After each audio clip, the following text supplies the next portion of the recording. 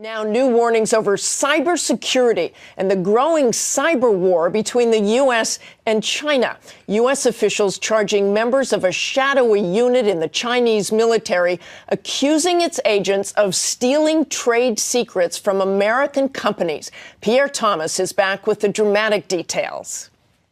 The FBI claims the scale of China's theft of U.S. company research, design, and marketing strategy had reached a point where something had to be done. The amount of theft that's going on is simply staggering. So for the first time ever, Justice Department prosecutors charged the Chinese military with hacking into U.S. companies, stealing extraordinary amounts of trade secrets, of state-sponsored economic espionage, costing American jobs. It's going to make a big difference in the competitive landscape. American companies won't exist anymore in some fields. Richard Bakelet was part of the security firm Mandiant that helped uncover the alleged Chinese hacking. Last year alone, 3,000 U.S. companies received notification that they had had a significant breach. Most of those could be attributed to the Chinese. So in other words, we spend billions and billions of dollars developing products to sell, and then they take those secrets and therefore they don't have to spend the money? That's exactly right. We're at a really vulnerable point here. Case in point. 5 Chinese military officials, allegedly part of a specialized Army unit known as 61398, were charged this week with targeting U.S. companies. The Chinese government called the charges bogus, fabricated. Do you have the goods?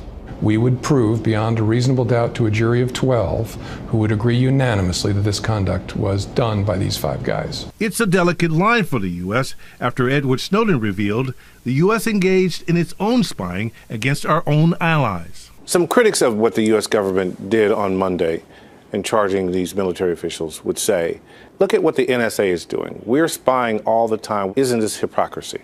We are not targeting private companies in order to take their trade secrets and then pass them to American companies. We are aware of no nation in the world that publicly states that theft of information for commercial gain is acceptable. The stakes could not be higher, and with these charges, the U.S. entered a new frontier in the geopolitical fight with China for economic supremacy. For This Week, Pierre Thomas, ABC News, Washington. And joining us now, former ambassador to China and GOP presidential candidate, Governor Jon Huntsman, and our ABC News contributor, Steve Ganyard, who is just back from Asia. Welcome, gentlemen.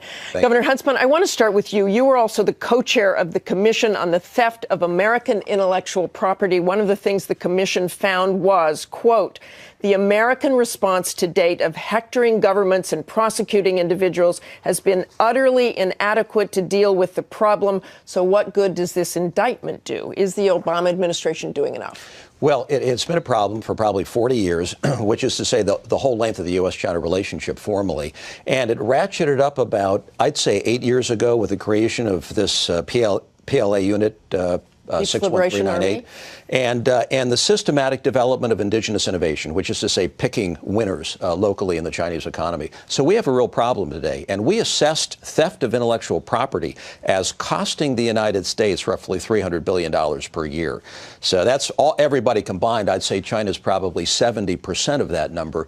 But what it does, Martha, it gets to the heart and soul of innovation and trade secrets and the creation of new industries in America that we do better than anybody else. And it's really hard to put a price tag on innovation in a creative environment. Let me ask you again, are we doing enough? Will this do any good? This is symbolic. You put 5 PLA members in a most wanted poster.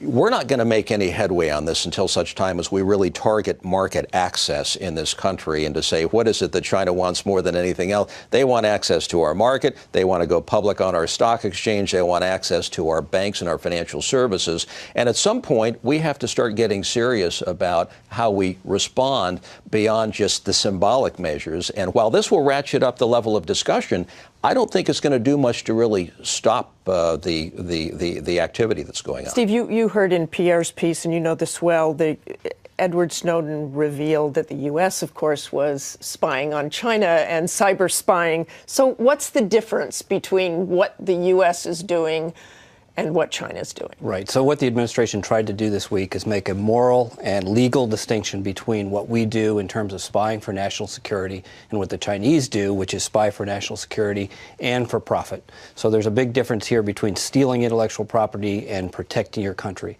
But we're about the only country in the world that feels that way. You saw Secretary Gates this week confirm the open secret that the French government has been stealing directly from U.S. industry for decades. So this is really a view that's held only by the U.S., but as the governor said, it costs us hundreds of thousands of jobs per year. How do the Chinese retaliate, or will they retaliate? And when do we call this an act of war? Well, the laws of physics apply in the U.S.-China relationship. For every action, there is a reaction. And I fully expect that there will be a reaction by the Chinese to what we have done. It probably will cost us a whole lot more than it's costing them, is what is sad about this whole thing, the symbolic gesture.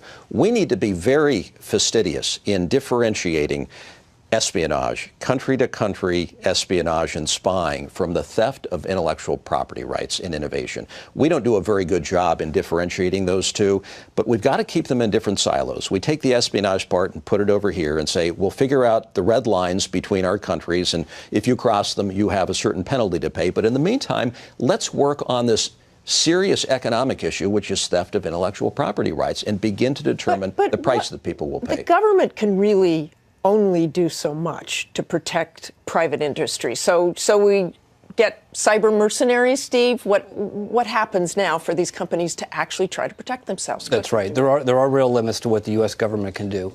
Some of this responsibility needs to go back on U.S. private industry. They've parked the Ferrari in a bad neighborhood overnight and left the keys in the car, and they're shocked to find the Ferrari is gone in the morning.